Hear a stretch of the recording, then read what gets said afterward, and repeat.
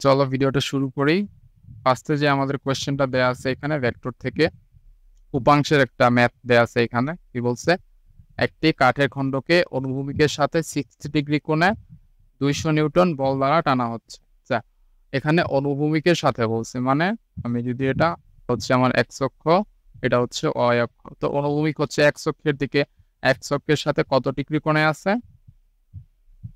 60 degree কোণে আছে। কত নিউটন বলে আছে? 200 নিউটন বলে আছে। ঠিক আছে, তো কি বলছে, বস্তুটির অনুভূমিকের দিকে কার্যকরী বল কত।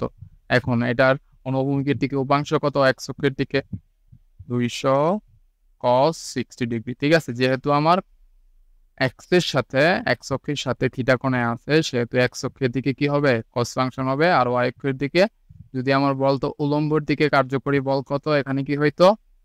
200 sin 60। ঠিক আছে, তো এটা আমার ক্যালকুলেশন করলে কোনটা আসে?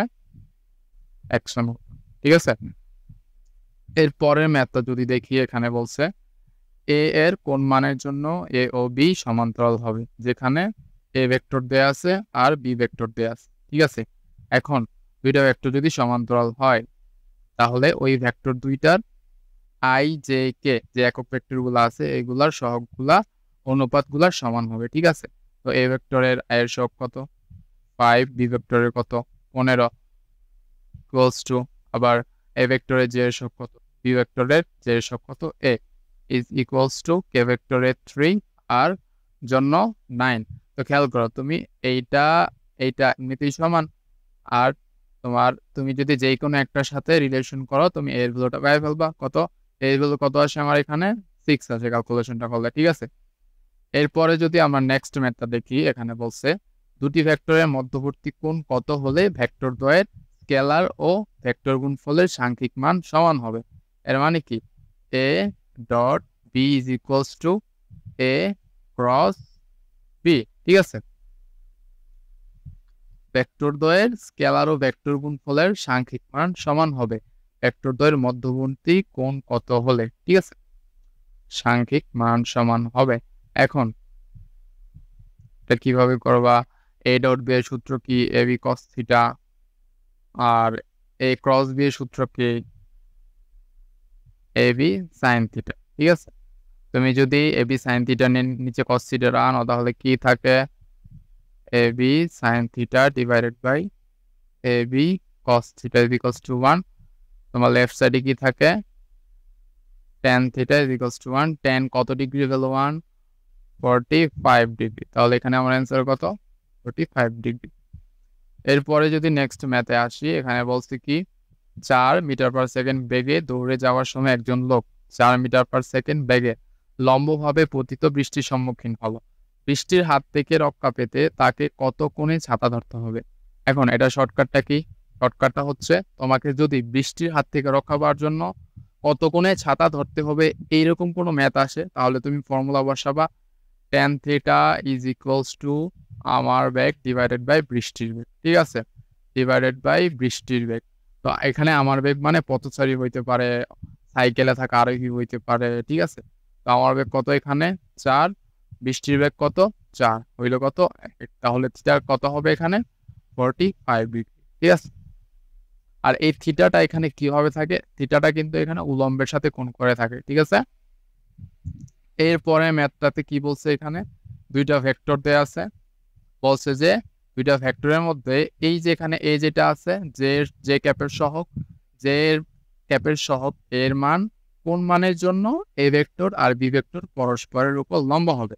এখন দুইটা ভেক্টর যদি পরস্পরের উপর লম্ব হয়, তাদের ডট গুণফলের মান কত হয়? 0 হয়। তো A dot B equals to কত হবে আমার? 0 হবে এখানে। তো এ ডট বি এর ফর্মুলা কি? ডট প্রোডাক্টের সময় আমার কোএফিসিয়েন্ট গুলা গুণ হবে। তাহলে 2 into 4 plus A into -2 plus -1 into কত? -2 ইজ ইকুয়ালস টু 0। এখান থেকে ক্যালকুলেশন করলে তোমার কি আসবো? এর ভ্যালুটা চলে আসবো। এর ভ্যালুটা এখানে কত আসে? এদিকে গেলে -2, এখানে 8, এদিকে গেলে -8। তো -2 -8 -10 ডিভাইড বাই -2 কত হয়? আমার এখানে ক্যালকুলেশনটা করলে 4 আছে। ঠিক আছে, এরপরে ম্যাথটাতে যদি আসি, এখানে কি বলছে? এ বি এবং সি তিনটা ভেক্টর যদি একই তলে হয় তাহলে কোন শর্তটা এখানে সত্য হবে? দেখো, তিনটা ভেক্টর যদি একটা তলে অবস্থান করে এদের আয়তন কত হয়? 0 হয় না? তো কোনো তিনটা ভেক্টরের আয়তন বের করার ফর্মুলা কি? যে কোনো দুইটা ভেক্টরের ক্রস প্রোডাক্ট তৃতীয় ভেক্টরের সাথে ডট প্রোডাক্ট। এটা এইভাবেও থাকতে পারে, গোস টু, আবার এইভাবেও থাকতে পারে। যদি তিনটা ভেক্টর একই তলে হয় তাহলে কি হবে? আয়তন 0। ঠিক আছে, নেক্সট ম্যাথে কি বলছে এখানে? ত্রিমাত্রিক স্থানাঙ্ক ব্যবস্থায় একটি ভেক্টরের আদি বিন্দুর স্থানাঙ্ক দেয়া আছে এবং শেষ বিন্দুর স্থানাঙ্ক দেয়া আছে, ভেক্টরটির মান কত? আচ্ছা, এখন তোমাকে ধরো এর স্থানাঙ্ক দেয়া আছে কত? 5 4 3। বি এর স্থানাঙ্ক দেয়া আছে কত? ভেক্টরের জন্য তোমাকে যদি ত্রিমাত্রিক স্থানাঙ্ক ব্যবস্থার কোনো কি দেয়া থাকে, তিনটা বিন্দুর স্থানাঙ্ক দেয়া থাকে ত্রিমাত্রিক স্থানাঙ্ক ব্যবস্থার জন্য, তাহলে তুমি ওই দুইটা বিন্দুর মধ্যে কি বের করবা? দূরত্ব বের করবা, শেষ বিন্দু মাইনাস আদি বিন্দু স্থানাঙ্ক। তাহলে এখানে এবি কত হবে? এবি হবে 8 - 5, কত হচ্ছে? 3। 6 - 4, আমি স্থানাঙ্ক লিখতেছি কত? 2। 5 - 3, 2। এটা হচ্ছে স্থানাঙ্ক। এখন যদি তুমি একটা ভেক্টর ফর্মে লিখো, এখানে সমান না দিলেও চলে। এখন যদি তুমি একটা ভেক্টর ফর্মে লিখো, 3 কোন অক্ষ বরাবর আছে? x অক্ষ বরাবর। x অক্ষ বরাবর একক ভেক্টর কি? i cap. y অক্ষ বরাবর এটা, y অক্ষ বরাবর একক ভেক্টর কি? j cap. সিমিলারলি z অক্ষ বরাবর k ক্যাপ। এখন তুমি এটার ম্যাগনিটিউড মান বের করবা। ঠিক আছে, তো ম্যাগনিটিউড বের করার শর্ত কি? √3 square plus 2 square plus 2 square. ঠিক আছে, এখানে ভ্যালুটা কত আসে? 4 4 8 আর 9 17। ঠিক আছে, নেক্সট ম্যাথটা যদি দেখি, এখানে বলছে যে একটা গরু 10 একক এবং একটা ছাগল 5 একক বলে উত্তর ও পূর্বে এক খোঁটায় বাঁধা থেকে ঘাস খায়, এদের লব্ধির মান কত? উত্তর আর পূর্ব, উত্তর আর পূর্ব যেহেতু বলছে, উত্তর আর পূর্বের মধ্যবর্তী কোণ কত? Obviously 90 degree. তো এটা যদি তোমার উত্তর হয়, এটা যদি তোমার পূর্ব হয় 10 5, মধ্যবর্তী কোণ 90 ডিগ্রি, লব্ধির মান কত হবে তাইলে? লব্ধি কত হবে? লব্ধির সূত্র কি? আর equals to x square plus Y square plus 2xy cos alpha. cos আলফার ভ্যালু কত এখানে? 90 ডিগ্রি। তো cos 90 ভ্যালু হবে 0। তো সূত্রটা কি থাকে? X square plus Y square, হচ্ছে এখানে 10, y হচ্ছে 5। তো 10 স্কয়ার প্লাস 5 স্কয়ার √100। এখানে অ্যান্সারটা কত হয়? 11.17। এটা একক বল। ঠিক আছে, নেক্সট ম্যাথ যদি দেখি, এখানে বলছে যে a is equals to i cap, b is equals to j cap minus k cap হলে a ও b এর মধ্যে দুইটা ভেক্টরের মধ্যবর্তী কোণের ফর্মুলা কি? Theta is equals to cos inverse a dot b divided by কি?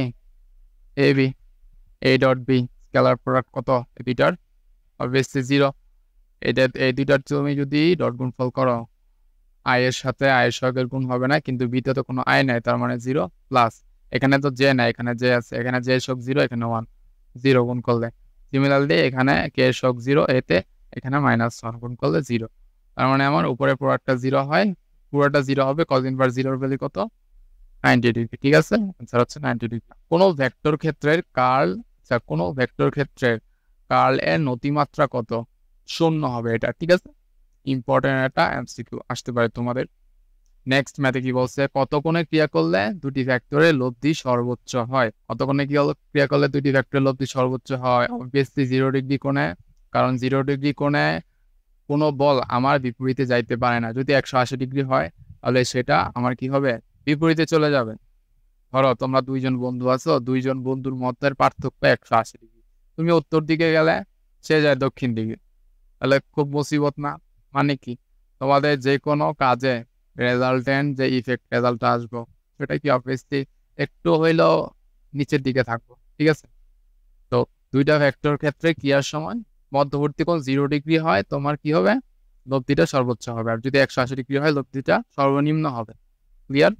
এরপরে আসি xy xz সমতলে এই ভেক্টরটার দৈর্ঘ্য কত একক? xz সমতলে মানে হচ্ছে যে তুমি শুধু x অক্ষের সহগ আর y অক্ষের সহগ নিয়ে দৈর্ঘ্য বের করবে। x অক্ষের সহগ কত এখানে? 3। কিভাবে করে এটা রুট ওভার এক্স অক্ষের সহগ 3 স্কয়ার, জেড অক্ষের সহগ কত 4, এটা কত আসে আমার 5 আসে। ঠিক আছে, আবার যদি এক্স ওয়াই সমতলে বলতো, এক্স ওয়াই সমতলের জন্য কত হইব 3 square plus 5 square root over. আবার যদি বলতো ওয়াই জেড সমতলে সিমিলারলি 5 স্কয়ার প্লাস 4। নেক্সট ম্যাথটা যদি দেখি, এখানে বলছে এ ভেক্টর আর বি ভেক্টর দেয়া আছে, বলছে যে বি বরাবর এ এর লম্ব অভিক্ষেপ, মনে রাখবা অলওয়েজ যার লম্ব অভিক্ষেপ বলবে তার cos θ। ঠিক আছে, তো এ এর লম্ব অভিক্ষেপ কি এ cos θ। ঠিক আছে, এই cos θ এর ফর্মুলা কি A dot B divided by B, এটা তো ডট প্রোডাক্টের সূত্র থেকে আসছে। ঠিক আছে, এখন তুমি এ ডট বি বের করো, কিভাবে করবা, এখানে আই জি কে এর সহগ, এখানে আই জি কে এর সহগ গুণ করে যোগ করবা, আই এর সহগ গুণ করলে 2, জে এর সহগ গুণ করলে 2, কে এর সহগ গুণ করলে 2। আর বি এর ভ্যালু কত, তুমি যদি বি এর মান বের করো, বি ভেক্টরের মান root over 2 square plus 2 square plus 2 square 3 4 12 root over 12। ঠিক আছে, এটা ক্যালকুলেশন করলে তোমার অ্যান্সারটা চলে আসবে। অ্যান্সারটা কত এখানে অ্যান্সার। ঠিক আছে, তো আজকে ক্লাস এ পর্যন্তই। বেশি বেশি করে প্র্যাকটিস করতে থাকো আর এই টাইপস গুলা বেশি বেশি করে করতে থাকো। ঠিক আছে, আল্লাহ হাফেজ।